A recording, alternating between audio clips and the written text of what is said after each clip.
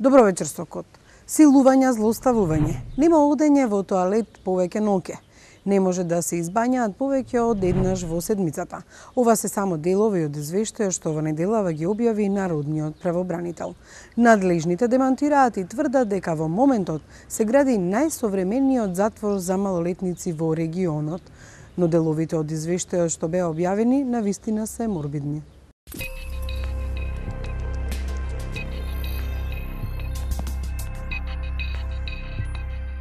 Дваесет и два часот. Чуварот ја заклучува вратата на просторијата каде се сместени повеќе деца од воспитно-поправниот дом Тетово во затворот во Охрид. Доколку некој од нив има физиолошка потреба, го притискаат звоното кое е поврзано со собата на дежурниот. Но одзив од другата страна најчесто нема. До изгреј сонцето и пробивот на првите зраци низ решетките на прозорецот има околу 10 часа. Организмот не може да издржи. Единствено решение е уринирање во пластични шишиња. Децата легнуваат да спијат и ги фрлаат утредента. Ваква нечовечна и страшна слика нотирал Народниот правобранител при посетата на децата, кои издржуваат воспитна мерка како сторители на кривични дела. Од септември 2015 година, воспитно-поправниот дом Тетово функционира во состав на казнено-поправната установа затвор Охрид. Предходно, тие се наоѓаа во Велес, од каде беа преземени и упатени тука. Но разлика нема и на двете локации. Условите и овде се мачни, неиздржливи, нехумани и без основа за успешна ресоциализација на децата, она што е клучниот момент за функционирање на ваквиот тип институции. Во главном децата, скоро со сите што разговаравме, се задоволни од односот на дел од вработените, посебно на двете воспитувачки и во контактите и во односите со нив. Што не е случај кога станува збор за персоналот од секторот за обезбедување. Значи се пожалија на нивниот однос, се пожалија дека многу често лицата кои што од овој сектор се вклучени во процесот на нивното образование, како стручни лица нели во делот на образованието, користат физичка сила, омаловажување, навреди, пцости. На некој начин, како што кажа едно од децата, сакаа да не натераат дека да размислиме дека никој не може да не заштити. Вистина дека сме имале проблеми, сме имале од време на време инциденти, ради тоа што и условите со кои работевме и во кои работевме беа отежнати. Персоналот сме го имале. Персоналот е многу професионален. Работата беше што персоналот требаше да се патува на друго место и не можеше секогаш да биде на лице место. Значи тоа е проблем, патувањето. Двете воспитувачки кои се психолози работат на ресоциализација на децата. Тие си задолжени и за нивно описменување. Паралелно, во улога на наставници се јавуваат и 4 нестручни лица од секторот обезбедување, држејќи им часови по македонски јазик, математика, физичка култура и запознавање на природата. Воспитувачите убедуваат дека настава се одржува секој ден од понеделник до петок и ја следат 16 деца. Но Народниот правобранител при двете посети во домот не забележал одржување настава. Импровизираната училница зјаела празна. Иако основното и средното образование се задолжителни, редовен образовен процес нема. А нема ни редовен доктор. Доаѓа еднаш неделно од здравствениот дом во Охрид. Лековите се чуваат во шкаф и до нив има пристап само лице од обезбедувањето, кој им ја дава препишаната терапија. Здравствено осигурување немаат, иако законски им следува. Здравствените картони откриваат застрашувачки податоци со колкави и какви дози тие се лекуваат. Од увидот во медицинските документации на децата, односно во досијата што се води за секој од децата, констатиравме во голем број случаите дека на овие деца им се препишува терапија како што е диазепам, која што се ординира, односно се дава од страна на нестручно лице, а дневната доза не е мала, се движи од 0,5 до 20 мг. Здравствената состојба на штитениците е оценета како катастрофална. Во услови каде има хомогена група на машки деца, кај кои треба да се работи на промена на однесувањето, а некои од нив се исторители на дела како полов напад, управата доделува презервативи, со што премолчено знае дека може да се случат и полови односи и злоставувања, што тешко можат да се потврдат и санкционираат. Едно од децата дури е носител на болеста хепатит. За да потврдиме што прават со овие презервативи, дали навистина се употребуваат или повеќе од интерес ги земаат, затоа што сепак се работи за деца, разговаравме со самите деца, значи во текот на разговорот се поставивме и такво прашање. Не им беше, не се чувствува слободно лагодно да кажам да одговорат на тоа прашање, меѓутоа секогаш вината ја префрла на другиот негов другар, односно јас не го користам, го користи тој. Секогаш беше некој друг, не самото лице, меѓутоа факт е дека сите тие кажа дека истите се презервативите се користат. Во поправниот дом има една бања со 3 туша, од кои еден не работи. Преку зиме се тушираат еднаш, кога е топло 2 пати. Користат 2 тоалети, санитарни јазли. Се наоѓаат на долниот дел од зградата и не се на истиот кат каде престојуваат децата. Хигиената не е на задоволително ниво. Санитарните јазли и туш кабините се без завеси и минимална приватност. За хигиената се грижат самите деца. Излегуваат надвор во дворот на рекреација само кога времето е добро, бидејќи нема покриен дел. Надворешниот дел кој го користат е ограден со лимена ограда и одвоен од дворот каде се осудените малолетници, но нивниот контакт не може во целост да се спречи. Детскиот поглед од подотворено небо е кон полициската станица Охрид, обкружена со стамбени и деловни објекти во центарот на градот. Но за неколку месеци децата треба да се преселат во нов дом, во тетовското село Волковија. Место кое беше оспорувано од тамошните мештани, протестираа и бараа тука да не се издигнува новиот дом, но државата не отстапи од намерата домот да биде тука. Воспитниот поправен дом сега новиот ќе исполнува сите услови за третман и превоспитување на децата. Се надеваме на успех, пошто навистина имаме добар кадар. Кадарот е подготвен. Истиот кадар порано беше и пример за сите други земји во бивша Југославија. Не верувам дека ќе имаме проблеми, иако од време на време може да се случат. Одговорните од Воспитно-поправниот дом Тетово признаваат дека проблеми има, но не и од затворот Охрид каде тие се сместени. За нив народниот правобранител дава нереална слика на состојбите и условите не се мизерни. Малолетниците кои се со воспитна мерка ги уживаат сите за гарантирани права. На децата им се даваат редовно хигиенски пакети и слободно се тушираат, при тоа не наведувајќи колку пати, со оглед дека правобранителот констатирал само еднаш до 2 пати неделно. Примена на физичка сила од службениците врз малолетниците негираат дека постои, а затоа не известил ниту народниот правобранител дека има такви поплаки, но поплаките знаат и да не стигнат до нив.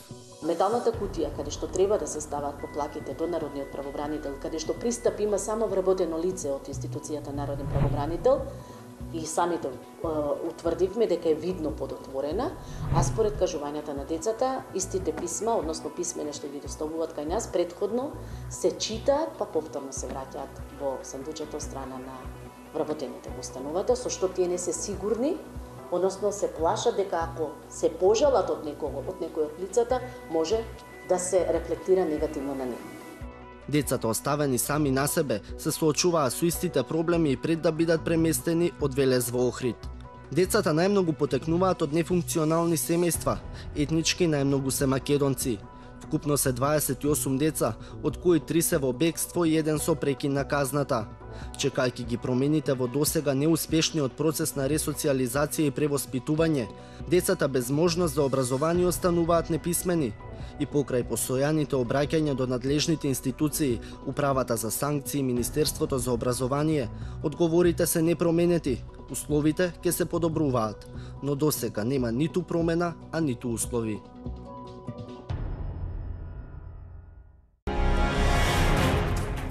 Силувано дете во самица, но воспитувачот не го пријавил силувањето.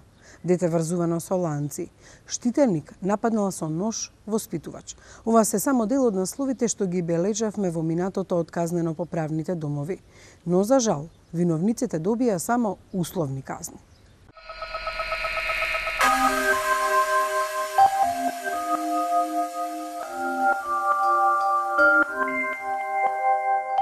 Затворска келија. Влага под зидовите, мирис на мувла се шири во воздухот. Во речиси целосен мрак се слуша само шкрипењето на зардјаните федери на железните кревети од поместувањето на 16-годишното момче. Четворица негови цимери, наместо да спијат, се договараат како да го изведат грозоморниот чин. На сила го извлекуваат од креветот и го будат од длабокиот сон. Кошмарот станува јаве. Злоставувањето кое го преживува кобната мајска ноќ, утрото го пријавува кај стражарите. Тие наместо да ја известат полицијата дека деца силувале дете, паѓа договор да се премолчи. Настан силување е запишан само во затворската книга.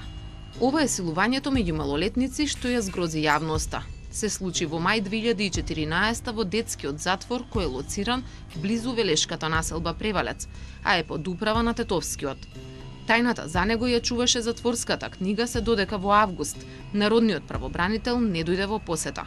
Јавноста слушна за хоророт што се случува таму. Неколку случаи на силувања беа нотирани кај правобранителот. Се отвори прашањето дали мерката за превоспитување ја постигнува целта. Тамо, значи, во основа имаме големи забелешки, како од доменот на самото место каде што се наоѓа домот, како од поставеноста, односно функционирањето на тој дом и секако од самата цел поради која што се изрекува оваа воспитно-поправна мерка. Дојавите за малтретирање на малолетници во воспитно-поправниот дом се редат. Службеници од затворот под притисок на сопствената совест почнуваат и тајно да пријавуваат. Чести се повиците и во детската амбасада меѓаши. Ни ова состојба во затворените институции ни е позната. Имало насилство, силување од постари штитеници на помали и тоа се случува во континуитет. Жалосно е што дури не наоѓаат за потребно одговорните да ги повикаат раководните лица да поведат сметка или да побарат одговорност. Силувачите, стражарите кои не пријавиле и управителот на затворот заработија кривични пријави. Обвинителството ги поднесе речиси во исто време кога еден од малолетниците го повтори делото. Истиот во јануари годинава го нападна и затворскиот лекар. На 25 јануари малолетникот побарал да биде однесен на лекарски преглед кај домскиот лекар заради главоболка. Во лекарската соба тој најпрвен со дрзок и висок тон се обратил кон лекарот, потоа ја турнал масата меѓу нив и се обидел да го удри, во што го спречиле двајца надзорници. Подоцна од терпазаријата 16-годишникот зел 2 ножа и повторно влегол во лекарската соба, со вербални закани кон лекарот дека ќе го убие, а при тоа повторно го спречиле присутните надзорници, пишуваше во соопштението на обвинителството. 36 мина малолетници издржуваат воспитно-поправна мерка во домот. Секакви профили се наоѓаат во досиејата на штитениците, од богати и почитувани семејства до деца кои никогаш не почувствувале топлина на домот и родителска грижа. Лежат за продажба на дрога, ситни до тешки кражби, силувања, обиди за убиство. Многу често, без да знаат што прават, се нашле во ситуација да го сторат делото. Праксата покажува дека многу луѓе не се ни свесни кога прават кривично дело. Значи, еден плејада на случаи имаме, посебно кај помладите, не се ни свесни до кој степен може да доведе употребата на марихуана. Буквално ја доживуваат како забава, доживуваат како нешто што не е страшно, а во суштина нашиот кривичен законник ја предвидува казни кои што се многу сериозни во делот на трењето. Но затворите се место каде најлесно меѓу криминалците се останува криминалец. Најранливи се токму децата. Во годишниот извештај кој го објави народниот правобранител, најголем дел од забелешките се токму на немањето образование и воспитување на децата. Само неколкумина од штитениците на своја сметка се дообразуваат, бидејќи воспитувачите немаат никаков план и програма за образованието кое е задолжително и бесплатно, сами импровизираат. Во воспитно-поправниот дом 9 од малолетниците се неписмени, 2 се со завршено 3-то одделение, 3 со 4-то, 1 со завршено 5-то, 1 со 6-то, 3 малолетници имаат завршено 7-мо одделение, 8 имаат завршено основно образование и 20 средно. Службените лица потврдуваат дека во повеќе наврати се доставени списоци на ученици до управата за извршување на санкции, но дека образовниот процес се уште не е започнат, пишуваше во извештајот. Нашата загриженост е во делот на немањето образование во таа установа, иако законот тоа го предвидува, и секако работните активности. Системот, односно ресоциализацијата на таа категорија на лица, значи на деца, пред се мора да се базира на образование, воспитание и работни активности за да може да се изгради личност која што понатаму, нели, кога ќе излезе, ќе може да се снајде во општеството. Вака добиваме само лица кои што ги менуваат институциите и најчесто потоа завршуваат во некој друг затвор, односно ги среќаваме при нашите посети. Оваа состојба е поразителна, а децата кои не ја добиваат потребната грижа и образование се изгубени случаи по нивното излегување, алармираат поборниците за нивните права. Ти во една држава кога имаш институт каде што е старател, каде што родителското одговорност затаила и децата отишле во погрешен пат, не можеш да ги насочиш, да им помогнеш. Ти си соучесник, ти фактички, како што кажав, регрутираш силувачи, злоставувачи, насилници, тепачи, вклучени во криминални банди, она што на државата му е задача, доколку отсуствува одговорно родителство, да биде коректор, да биде гарант дека тоа нема да се повтори. Се додека имаме ваков тип на комуникација, на некое затворено, условно кажано згрижување, битно е да се најади и да спиеш, а не и да го едуцираш и воспитуваш, имаме проблем со воспитно-поправните домови. Во вакви услови државата мора да размислува за алтернативни мерки за децата, особено оние кои сториле полесни кривични дела. Казнената политика за нив мора да биде поблага.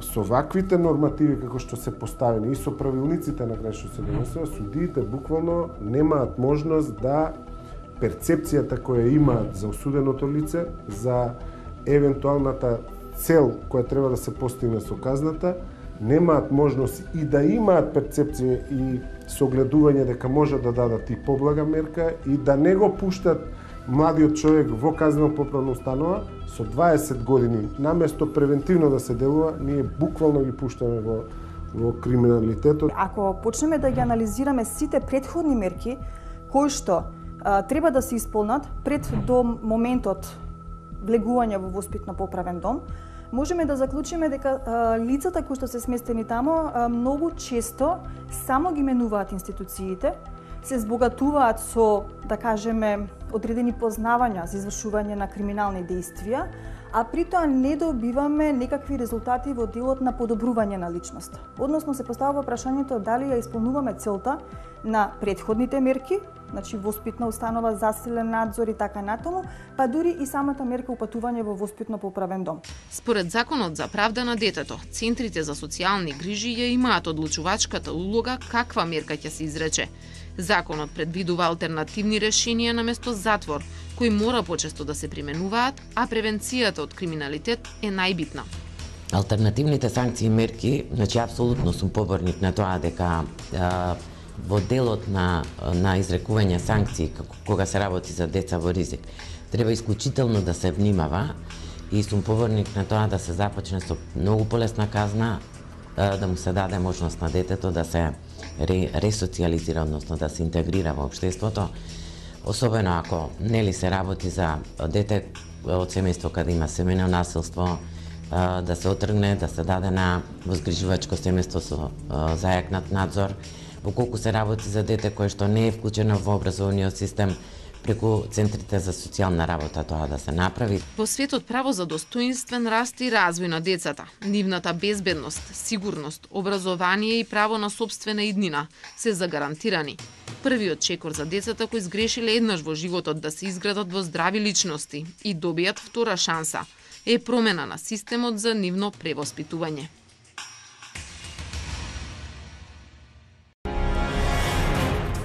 Скандали и афери, вакви вести ги следеа и воспитно-поправните домови во Македонија. Постоеше дури и кривична пријава за еден директор кој преку одредени фирми ја злоупотребувал донацијата стасана до домот. Дали се сега состојбите такви, се обидовме да добиеме одговор од директорот на воспитно-поправниот дом Ранка Милановиќ, но без успех. Ниту ни одговори, ниту ни даде интервју. Потсетуваме на настаните од минатото.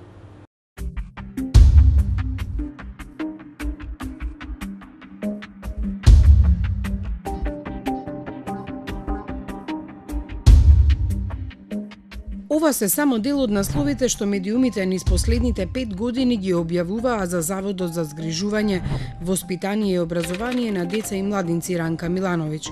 Тоа е установа за сместување на деца и младенци со воспитно-социјални проблеми на возраст од 7 до 18 години или до завршување на средното образование и за сместување на деца и младенци со нарушено поведение на возраст од 10 до 18 години. Кога минатата година таму бил народниот правобранител, во заводот биле сместени 33 деца, главно машки и главно роми, најмногу кои немаат родители, деца со социјален ризик, занемарени од родителите или со воспитно-социјални проблеми. Во извештајот е нотирано: условите се незадоволувачки. Нема грејење, нема функционални тоалети, нема соодветни душеци и постилни ни за децата. Има железни кревети, нема компјутери и интернет, ама има заводот блокирана сметка веќе 4 години. Од тогаш до денеска не знаеме колку од ова е сменето, затоа што и покрај пораките до директорот што ги упати код, телефонските повици, барањето од Министерството за труд и социјала да стапиме во контакт со управата на заводот, одговор не добивме. Директорот не игнорираше. Зад зидовите на заводот можеби се кријат и лоши и добри работи, но остануваат таму. Овие фотографии објавени од правобранителот покажуваат разлики во опремувањето на заводот. Има мебел, нема под. Има само еден кревет, ама нема зид. Тоалетите се руинирани, а занималната се состои од стар телевизор и стар мебел. Креветите немаат душеци, чаршави, ниту пак собите имаат завеси. Таваните паѓаат и во тоалетите од женското оделение. Само неколку соби се помодерно опремени, а задоволувачки изгледаат кујната и трепезаријата. Но зошто во заводот кој добива и пари од државата и донации, состојбите се вакви? Ова е само едно од многуте прашања кои се наметнуваат кога човек ќе ги погледне фотографиите.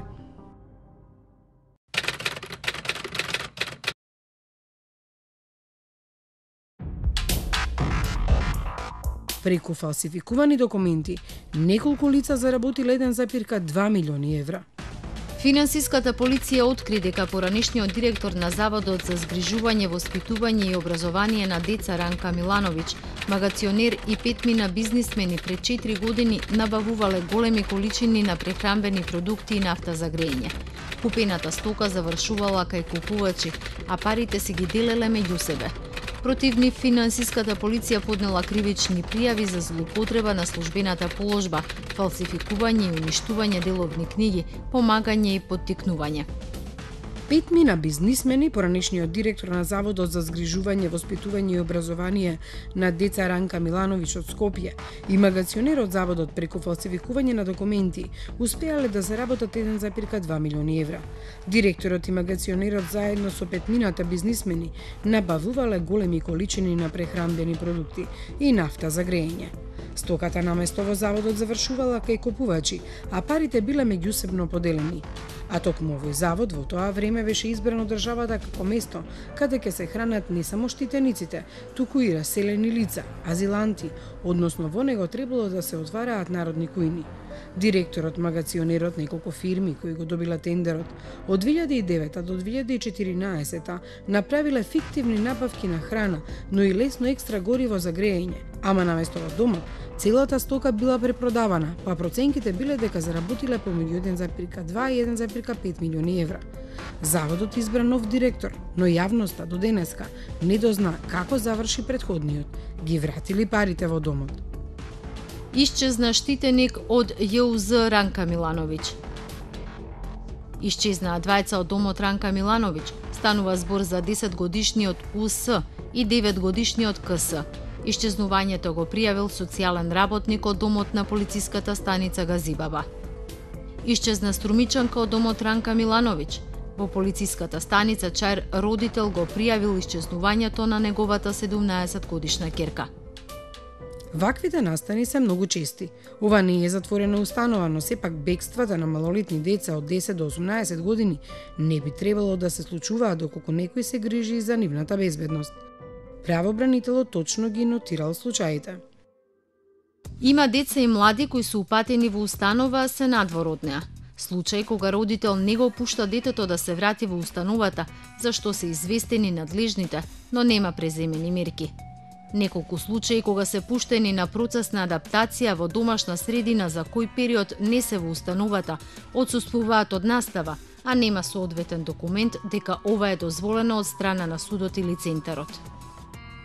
Еден од најголемите инциденти при бегство на деца беше во 2006 година, кога 15-годишниот Тархан Мустафов и 8-годишниот Адемов Селим загинаа на пругата во близина на домот, кога наишол воз што сообраќал на релација Приштина-Скопје. Третиот нивни другар, 12-годишниот Адемов Елас, се спасил скокајќи од мостот. Сите деца избегале од заводот Ранка Милановиќ без никој да ги забележи. Сакале да одат на локалниот пазар за да купат седиња. Овој трагичен настан не донесе поголемо обезбедување и заштита на заводот. Извештајот на омбудсманот завршува со прашања. Што правиме со децата, младите кои се упатуваат во овие установи?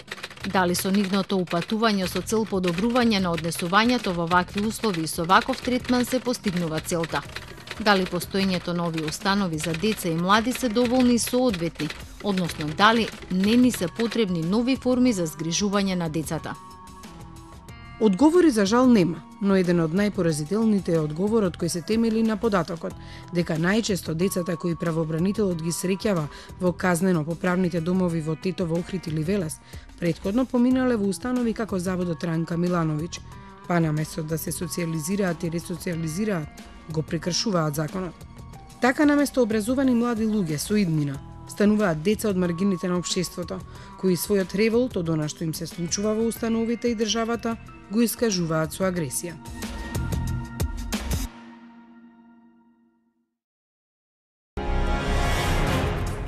Джган, кога се појави овој наслов на билбордите низ Скопје, малкумина насетуваа дека се работи за филм кој всушност многу реално ги отсликува работите во општеството и случувањата за децата од маргините, оние кои се од казнено-поправните домови. Децата, кои што наместо да се ресоциализираат, покажуваат агресија кон оние кои им нанесуваат болка. Разговаравме со продуцентот на овој филм Огнен Антов и режисерот Вардан Тозија.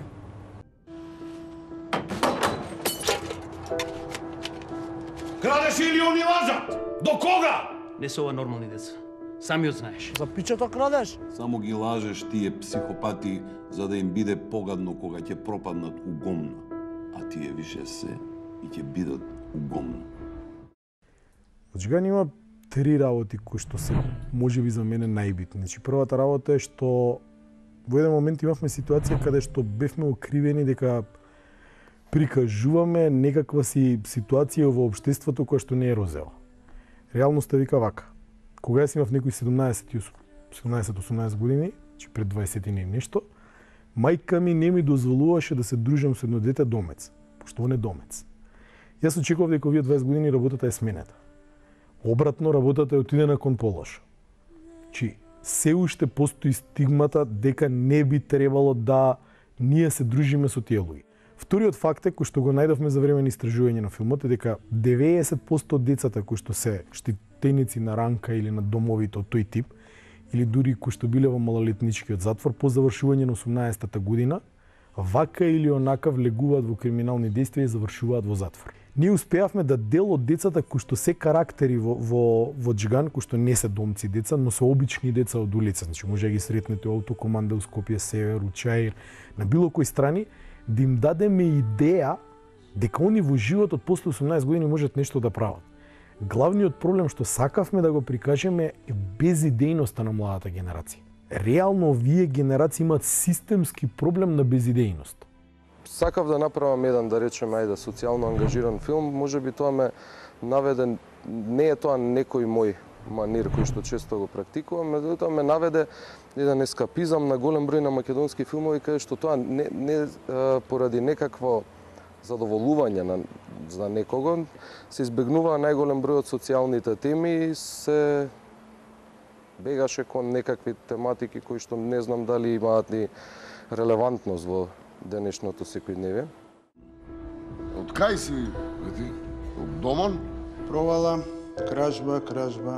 Курбе, нема шанса. Не ти подпишувам ништо. Ти ќе ми завршиш на работа. И уште ќе ќутиш. За време на истражувањето на Джган, значи додека се уште се комплетираше сценариото и прашувајќи одредени луѓе, добивме отворена поддршка и отворена помош од сите буквално инволвирани во овој процес но не од највисокото ниво. Значи сите што љубат да кажат втори или трети ешалон. Значи тоа се педагози, психолози, значи оние кои што директно работат со децата. Поддршката беше безрезервна и нас во сценариото имаме елементи кои што ни се раскажани од тие луѓе. Вратите беа затворени, меѓутоа луѓето кои постоја за тие врати кои беа вон тие институции не беа момчињата и некои професори, педагози. Ви дозволија да разговарате со нив? Па не е прашање на дозвола, тоа достигнавме преку лични контакти, а не преку институционални, значи преку пријателства. Кога се обидовме на две места да дојдеме до некако повеќе увид на тоа што им се случува на тие момчиња, за да се прошири и продлабочи темата на филмот. Мислам, и самото сценарио, тоа го правевме уште во фаза на пишување, која бевме, на нова верзија од сценариото на филмот. Не дозволија и така тој одговор остана до крај. Во еден момент, значи отидовме да побараме помош директно од домот Ранка Милановиќ, кој што можеби е најсоодветен за нашата приказна. Во тој дом од највисоката инстанца, јас не добив поддршка, дури ми беа побарани и финанси. Хронолошки на тоа, значи што да очекувате понатаму, значи кога оние кои што најмногу би требало да ги интересира, тоа се тие менаџери кои што ги менаџираат тие институции, тие гледаат некаква финансиска корист од целата работа или некаков личен интерес или што и да е, џабе психолозите се трудат од целата приказна. Објаснувањето беше помалку, не знам, бегло, значи беше дека тоа е за заштита на децата, односно дека зад тие ѕидови живеат ранлива категорија на млади луѓе и доколку се влезе во тој свет нивни, би можело тие нивните, не знам, во тој свет да им се внесе немир. И со тоа моето прашање е како воопшто помислуваат на ресоциализација ако не примаат луѓе од надворешниот свет да седат со тие деца. Најди го својот пат и обиди се да преживееш. Ако некој треба да го разбере ова, биди ти. Што е бе, пичко, ке ме пукаш? Епа тие деца нема кому да му се жалат. Нема кој да ги брани. Разбираш? Види го бе, Малиов. Има пиштол во глава и ме буља у очи, буља.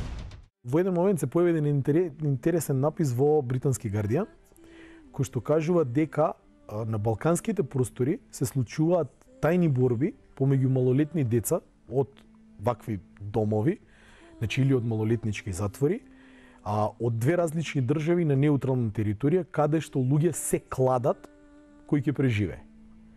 Што ние го земавме како еден дел, значи го прикажавме во филмот како фикција, не успевајќи да ниту истражувачкиот новинар од Guardian тоа го докаже, заради тоа што борби за кучиња се нешто друго многу лесно може да ги најдете, ама ова е веќе комплицирано, пошто некој се бори на живот или на смрт, а луѓе се кладат на тоа.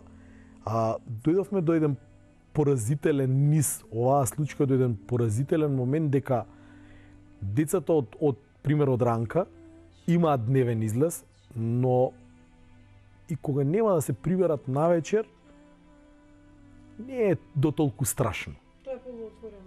Тоа е полуотворена варијанта, што значи дека контролата на тие деца пак доаѓаме до оној момент дека можеби законски тоа не е јасно, можеби тој што е управникот тоа не го спроведува на начин на кој што би требало да го спроведе, да се занимава со некои други работи, че пак доаѓаме до некаква се системска погрешка во еден лавиринт кај што сме дојдени до безизлезна ситуација. Пацови, вие немате друго име. Знаеш, кога имам тумерко, секојаш кога ќе видам као не гледаат. Расте. Притиска. Боли.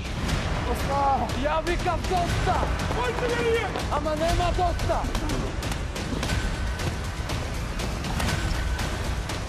Големото присуство на млади луѓе на тие кастинзи од секакви социјални кругови беше една само индикација дека оствари тие млади луѓе имаат нешто да кажат и сакаат да кажат нешто. Голем дел од тие деца се не потекнуваат од дом, не потекнуваат, мислам сега нивниот минато не би го не би го разоткривал и не би дискутирал на тоа, меѓутоа не се деца кои поминале зад стаклени ѕидови, не го поминале животот за стаклени ѕидови. Тоа се деца на улицата. Не можете сите да ги спасите. Некои ќе остане. И ќе се вратат. И по тебе. Ние имаме приказна за момчето Филип, кој што има 16 години, кој што ради низа на свирепи околности завршува малолетнички затвор. Значи, ние немаме приказна за каков е домот Ранка или каков 11 октомври или... Значи, имаме филм. Но во исто време, тоа што го кажа во прашањето, да бевме окарактеризирани. Значи, одредени политички партии си го припишаа тоа, прикажувајќи какво ни е општеството, значи сакајќи да го оцрнат општеството, си изиграа со филмот во своји ситно политички цели. Во исто време, веројатно, државата, сакајќи да се одбрани, не искоментира ништо на целата работа, што мене не ми е драго, заради тоа што филмот не треба да се користи во ситно политички цели, пошто е филм и е фикција и е измислена приказна и нема апсолутно никаква врска со нити со политичката ситуација која што е во моментов, нити па ние сме го правеле со никаква таква намера. Ако идејата да се направи дневно политички памфлет, тоаш воопшто и не треба да се бавиш со филм. Поентата е дека кога и да се пушти филмов, секоја власт и секогаш би кажувала дека нешто е негативно и дека нешто не чини, а филм без конфликт, по мене, барем мислам дека не е филм, посебно со актуелна тематика, мислам кој се одвива во денешно време. Инаку не знам како би поставил некој драматургија ако не раскажува и не чувствува никаква општествена одговорност за да ги постави тие горливи проблеми на денешнината. Нормално да се осети, се почувствува мала поларизација, меѓутоа по друга страна повеќето луѓе кои што не познаваат и знаат дека да, критикуваме искрено, не критикуваме со некаква калкулантска позадина. Вон филмските критики го валоризираа филмот на, баш мислам, доста високо го валоризираа филмот, на доста добар начин го примија целото тоа. А второ, мислам дека представувањето на тој дом во овие оквири на нашата наратива беше дури Беверли Хилс према реалните услови кои што постојат во голем дел од домовите кои што се затекнуваат во Македонија за тие млади луѓе.